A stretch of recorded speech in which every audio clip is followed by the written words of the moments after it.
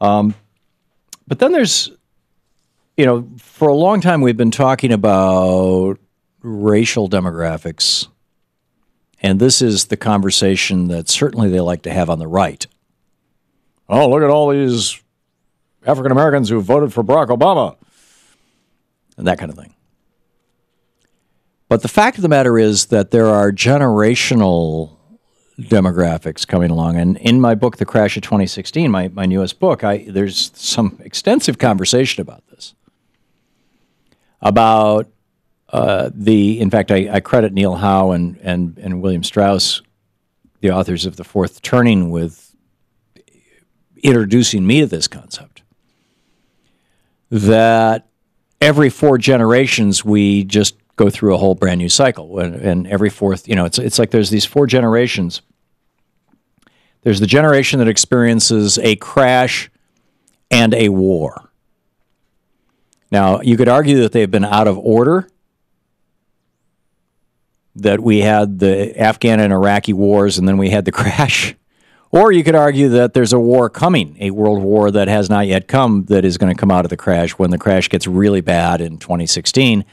Whatever it may be. Anyhow, there's a generation that experiences war and a crash. And that generation, because of their experience, they become fairly frugal, and they have a worldview that produces children, their children, who are the children of the war and the Depression.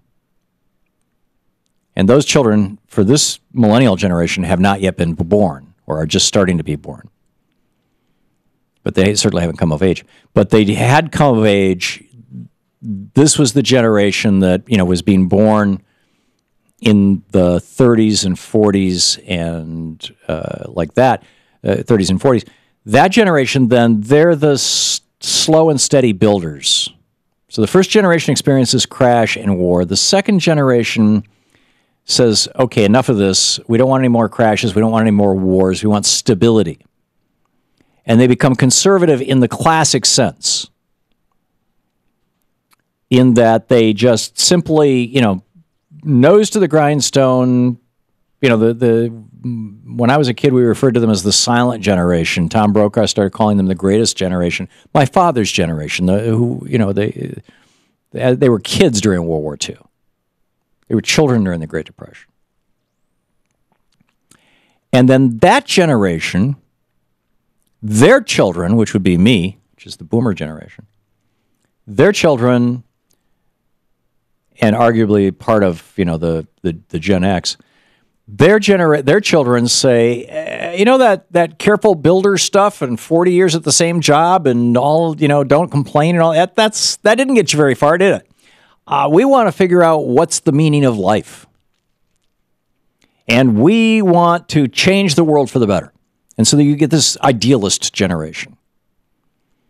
And in some ways, radical generation that just pushes and gets very political, and they're out in the streets and they're changing things. And the last time around, it was Ralph Waldo Emerson and Henry David Thoreau and et cetera.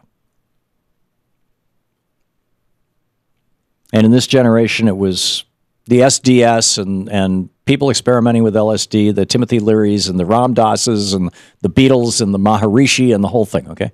And then that generation gives birth to a generation, which are the people who came into and took control of the business world about 15 to 20 years ago.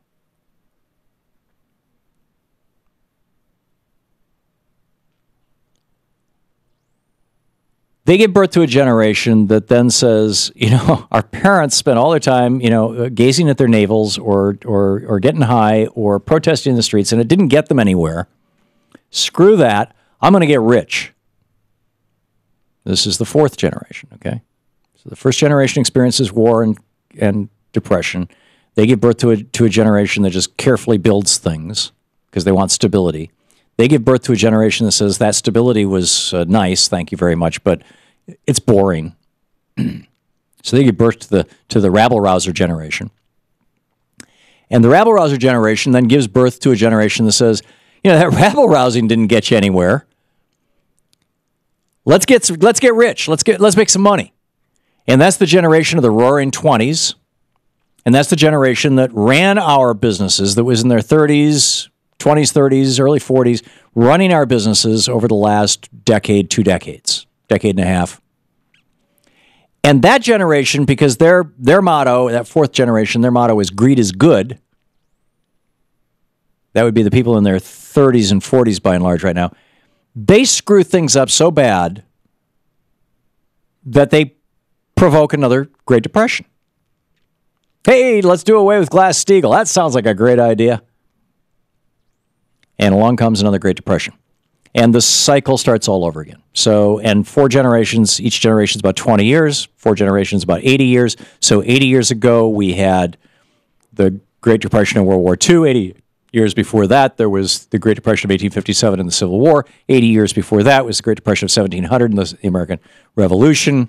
And you can take this all the way back to the War of the Roses. And before that, in fact, Strauss and Howe in their book take it back to the 1400s. And it probably goes back before that.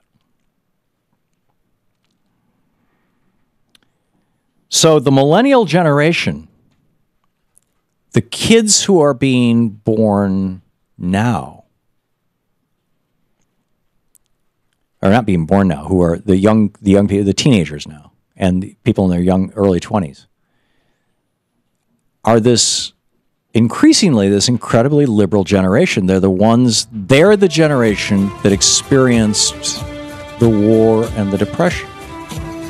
They're the generation that was my grandfather who was the socialist, who gave birth to my father, the conservative, who gave birth to me, the liberal, who gave birth to my kids, who are the workers out there, and then they give birth, if I had grandchildren, to the one, which I don't, to the ones who are the liberals.